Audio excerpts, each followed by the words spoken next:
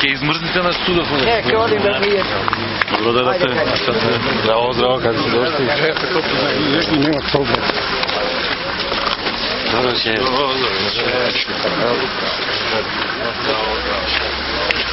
Здраво.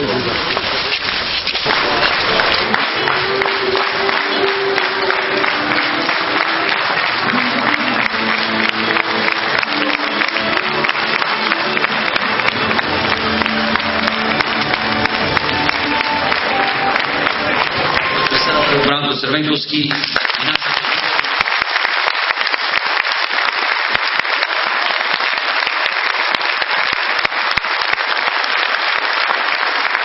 Со кои проблеми се соочува Македонија денес? Каде се наоѓаме како држава? На кој пат се движиме, кон која цел се стремиме? Драги пријатели, Република Македонија е млада и мала држава, но се соочува со бројни, тешки проблеми. Проблеми кои што не само што не се решаваат, туку секојдневно се продуцираат и нови уште поголеми. Ако мора во една реченица да дадеме дефиниција за ова скоро веќе 4-годишно владење на ВМРО-ДПМН, тогаш ја тоа вака би го рекол. Преродбата стана изродба. Преродбата на ВМРО-ДПМН абортираше. На економски план, од ден во ден се повеќе попаѓаме. Сите параметри, сите бројки, сите цифри одат од лошо кон полошо. Во изминатава година бележиме пад на индустријското производство во Македонија од 12%. Во истиот тој период, бројот на вработените во индустријата се намалил за преку 10%. Според званичните податоци, 46.000 луѓе се водат како вработени, а не примаат редовна плата. Според податоците од Министерството за финансии и управата за јавни приходи, скоро 6.000 фирми се со блокирани сметки. 6.000 фирми во кои што се вработени околу 16.000 луѓе. 2.000 од тие фирми имаат побарување од буџетот или од јавните предпријатија. Значи, државата им должи, не им плаќа, а во исто време ги блокира, што не се ги плаќаат давачките кон буџетот.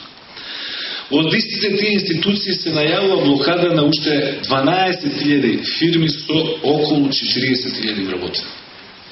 Неликвидноста е огромна, како никогаш досега. Во Македонија денес, луѓето што се во стопанство знаат, никој никому ништо не плаќа, никој од никого не може ништо да наплати. Девизните резерви на државата за само една година се намалени за преку 250 милиони евра.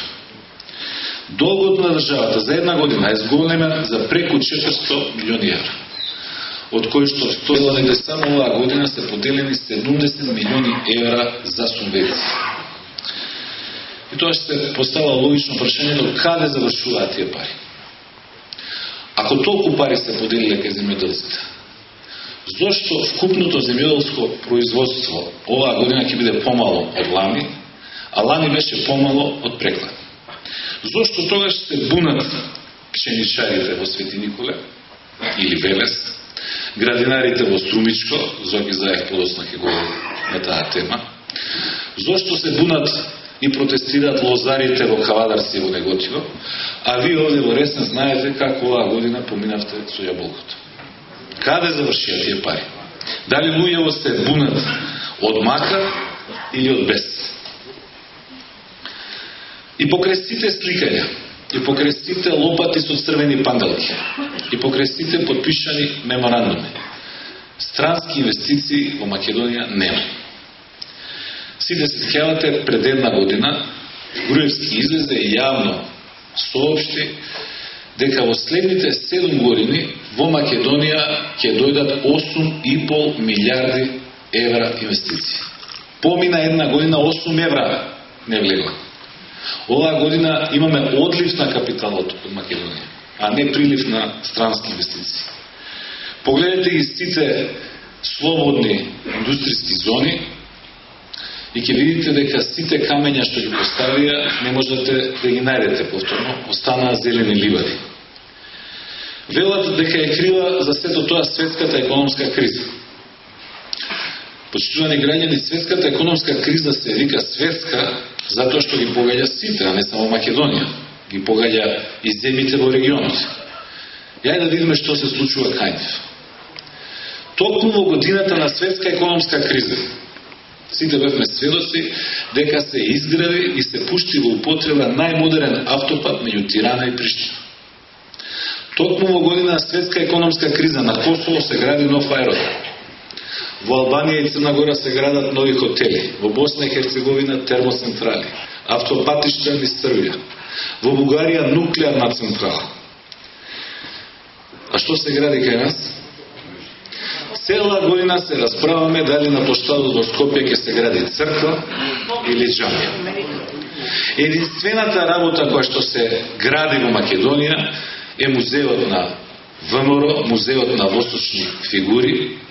Единствените работи што се поставија се скулптурите низ скопските улици, кои што ги нарекува Биг, Питач, Шмизла и така натаму.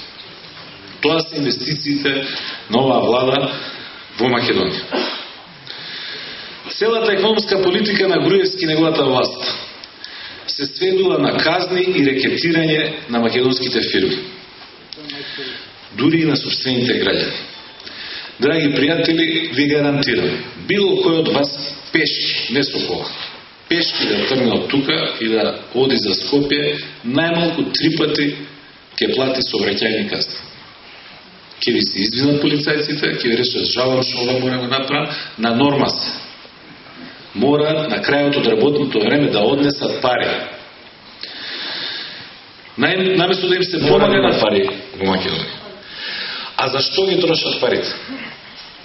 Нашите пари, вашите пари, народните пари. За лажење на собствениот народ. Ваква пропаганда не постои во ниту една друга демократска држава. Ваква пропаганда, каква што денес гледа во Македонија, не постоеше дека има и постари и повозрастни. Ниту во едноумието и еднопартискиот систем во бивша Југославија.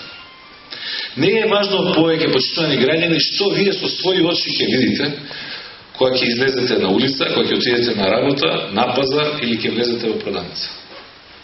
Не е важно што ќе ви рече инкасаторот кога ќе ви тропне на врата. Или кога детето ќе ви побара пари за на училиште. Тоа не е вистина. Вистина е она што на спотовите нивни ќе ви го пуштат на телевизија. Се обидуваат со наши пари да ги перат мозоците на граѓаните. Да ги убедат дека лаждото е вистинито, дека лагата е реалност. А што има на тие спотови? Се и свешто. Мет и млеко.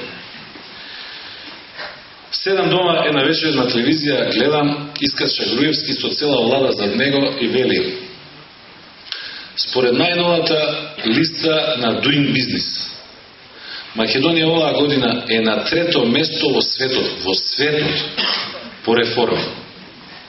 А Словенија била на 53-то. Да ги жалиш.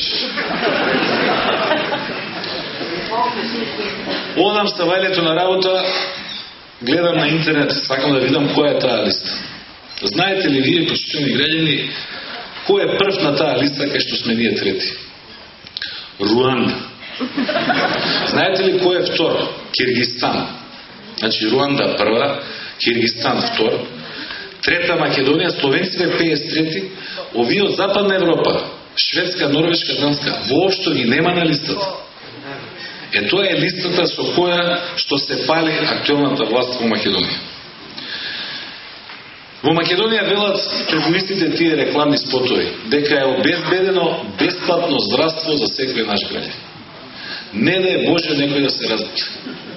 Откако ќе влезете во болница, дур да излезете, ќе се истурите пари давајќи. Ќе морате сами да си го платите хируршкиот конец за операција да ви направи. Здрави да влезете, болни ќе излезете. Тоа е бесплатното здравство на природбата. Велат компјутер за секој дете, бесплатни учебници. Пола од компјутерите се по подруги. Или не инсталирани, или веќе расипани. А уште обуката не е направена за наставниот кадар. Наставниците се обучат да работат со компјутерите, па тие да може да ги учат и да ги едуцираат ученици.